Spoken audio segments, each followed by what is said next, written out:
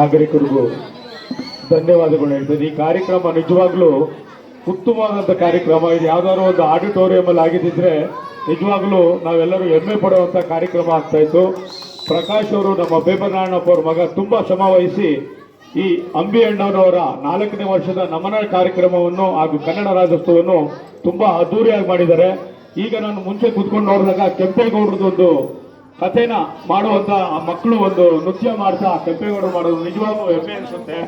ಬೆಂಗಳೂರು ನಗರವನ್ನ ಇವತ್ತು ಕೆಂಪೇಗೌಡರು ನಿರ್ಮಿಸಿ 67 ಜಾತಿಗೆ ಅವರಿಗೆ ಆದಂತ ಪಂಗಡದವರಿಗೆ ಅವರವರ ಇದಕ್ಕೆ ಅಂತೇಳಿ ಕುಲ ಬಾಂಧವರು ಅವ್ರು ಏನೇನು ಕೆಲಸ ಮಾಡ್ತಾ ಇದ್ರು ಅದನ್ನೆಲ್ಲನ್ನು ಅವ್ರವ್ರದೇ ಪೇಟೆ ಅಂತ ಮಾಡಿಕೊಟ್ಟಿದ್ರು.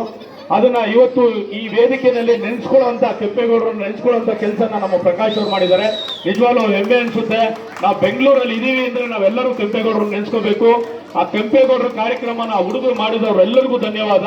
ಹಾಗೆ ಕನ್ನಡದ ಹಾಡನ್ನ ಆಡೋದನ್ನ ಎಲ್ಲ ಪುಟ್ಟರು ಆ ಮುದ್ದು ಮಕ್ಕಳಲ್ಲಿ ಅವರಲ್ಲಿದ್ದಂಥ ಉತ್ಸಾಹ, ಅವರಲ್ಲಿದ್ದಂಥ ಸಂತೋಷ ನೋಡಿದ್ರೆ ನಿಜವಾಗ್ಲೂ ಎಂತ ನೋವು, ಎಂತ ಇದಿದ್ರು ಮರ್ತೋಗುತ್ತೆ. ಅಷ್ಟು ಮುದ್ದಾಗಿ ಆ ಮಕ್ಕಳು ನಡೆಸ್ತಾ ಇದ್ರು.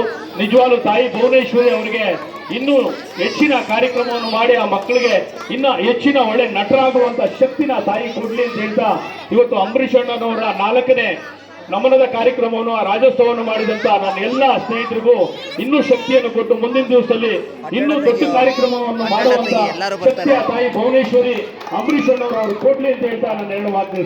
ಜೈ ಹಿಂದ್, ಜೈ ಕರ್ನಾಟಕ ಮಾತು.